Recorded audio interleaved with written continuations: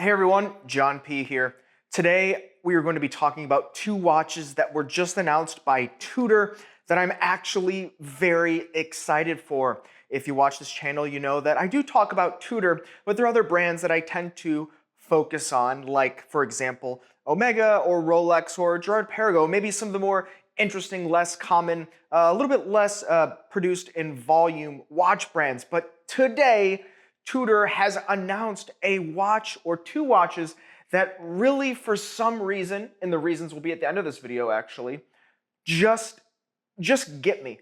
They got me on this one. There will be some criticisms as well of things that I really wish personally they didn't implement into the watch, but overall, these two new Tudor Pelagos FXD watches are just phenomenal. But before we get into it, guys, on the wrist today, I actually have an Omega Seamaster Aquaterra Good Planet in titanium 38.5. Really cool watch. You can see watches like this and many, many more at delraywatch.com, where we buy, sell, and trade watches. For the last number of years, we've been working around the clock to bring you so many cool, interesting watches, and we've more than doubled our inventory over the last year. So make sure to check it out, delraywatch.com. So the watches that we're talking about here today are two new Tudor watches. Yes, for you sport watch fan guys out there like myself, both of these watches are made in collaboration with the Alinghi Red Bull Racing sailing teams, right? So these were made in collaboration with the racing teams for the America's Cup. This is going to be yacht racing, and this is much different than what the FXD that was launched in the last few years, as well as the whole Pelagos line, have really been for. The FXD was really made for military use in a way, created with the French Navy, right? This was a French Navy watch that was made to be rugged and basically taken into combat. And this is a little bit different, right? A little bit less risk, but still, a pretty testing environment, I would say. If there are any, yachting racers out there, leave in the comments below. So this is something you've seen in watches. There have been many watches, including watches from Omega for the America's Cup, watches from Corum for the Admiral's Cup, and different cups. There have been a lot of different collaborations, but this is cool to see kind of Tudor throw their hat in the ring here. And there's two watches. The first watch let's talk about, this is going to be a time-only watch, and this is going to have a matte black carbon composite case. And we've seen this come out from brands across the board. I'll interject here, this is likely just because the production cost has really come down in terms of where it was many years ago, where it was truly something special to have a carbon composite case. Now brands across the board, Tag Heuer, and even the micro brands, Doxes and things like that, this has become more common, but it's cool to see it come out of the Rolex family, if you will. 42 millimeter case size.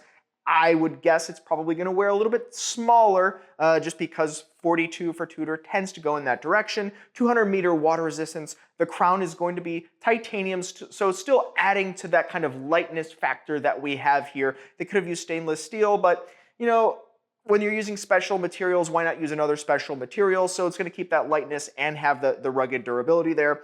And this is going to have the MT5602 movement, which is a workhorse. We're seeing this across the board in the Tudor watches. It's going to be COSC certified, and it's going to have a 70-hour power reserve, which is going to be the same type of power reserve we'll see in the next model we'll talk about. And this is going to come at a price point of $3,675 US or thereabout, depending on the country that you're in. Now, I'll hold kind of my comments and reviews on this watch.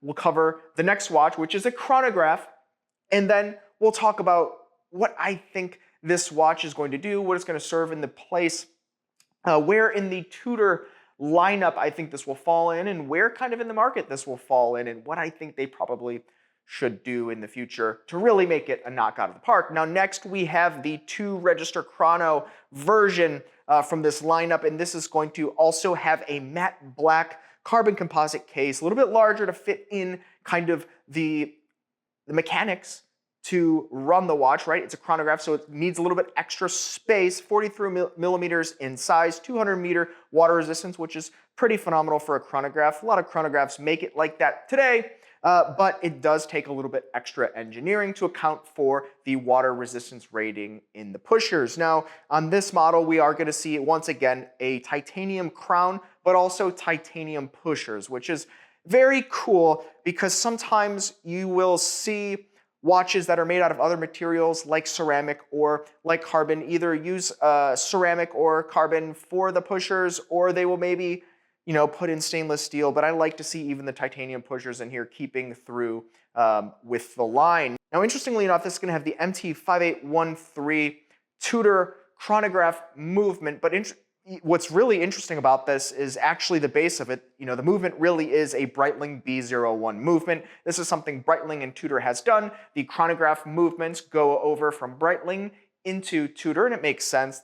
It's kind of what Breitling has been known for traditionally. And on the other end, Tudor, their movements have gone into some of the time or the time date movements have gone into some of the Breitling watches. So very cool to see that they're still keeping up with that kind of movement sharing capacity in a way.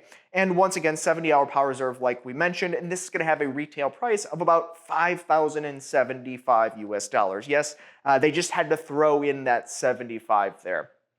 So, two watches, the Pelagos line, Tudor. What do I think about them? First, looking at these watches, I really like the color scheme. I think it really knocked it out of the park in terms of matching up these colors and just making attractive looking watches. The red, white, and blue, and it comes on these the cloth strap. I think it just looks so nice, and you have that that snowflake hour hand, and it's the little bit of red really just pops, and the blue on the dial is kind of a gray blue, and it's matte, and it just looks so fun. It looks like something that you would wear while racing on a sailboat. This looks very nice and attractive. Let me know what you think at least about the colors in the comments below. It's just, I think they really hit it out of the park on this one. But what do I think about the rest of the watch? Well, the specs wise are good for the price, and it's good even for watches that are more than this price. So spec wise, there's nothing really I can critique the watch here, but I will say when it comes to the case, once again, this is going to have the fixed strap. The way that you affix the strap to the case is going to be fixed, the fixed lugs, like you saw in the FXD and like you saw in watches like trench watches and many other watches. Now, typically this is done so that when used in rugged environments, the watch isn't going to fall off, right? But on the flip side, personally, kind of like what I think about this is I wouldn't want this. I would want, like, if my watch got caught on something, it got caught in the rigging, or it got caught in one of the lines or something along those lines, I don't want to go with it, right? I want the watch to go. I don't want to go. I would rather lose the watch than my arm. And so, sure, when they find you at the bottom of the ocean or when they find your arm, it's going to have the watch on it, but what point is that, right? Okay, someone can resell the watch, but it's kind of silly in my opinion. I think that's the major downside to these models particularly, and the FXD section of the Pelagos line. I get why they did it, but I don't think that would be my choice. And also, it limits your strap options, right? Today, including from these brands, they're all selling straps. Straps are being swapped. The aftermarket options, there's so many options. Your strap options become so limited. And when we talk about using perhaps a NATO strap or a strap that's a one-piece strap as opposed to a two-piece, each being affixed to each individual spring bar, and the strap goes underneath and loops through both of the holes on either side of the watch, it adds extra thickness to the way that the watch wears on your wrist, so it becomes more difficult to wear under the cuff of many things like different jackets and blazers, and it just adds thickness to the watch. And so if you don't have a very large wrist, this just becomes kind of a hassle, and it starts to chafe, and it can be unfortunate. So sure, they do have some options of straps on the market where you can either fold them over or have them sewn over, or there are some other ways you can kind of get around this, but it really limits your strap options. And I do find that unfortunate for people that like to customize their strap. Maybe their wrist is larger than normal or smaller. That's where I have to dock the watch. But overall, I really do like these two watches. I think the specs are great for the price. I'd like to see them put in the carbon composite cases. That's a lot of fun. This is going to be a light watch. I like light watches, and I just think they look cool. Would I line up to buy one? Probably not, but I might consider purchasing one if they are on the shelves. Waiting list or paying over retail, I wouldn't do it, just given that these aren't limited in any way.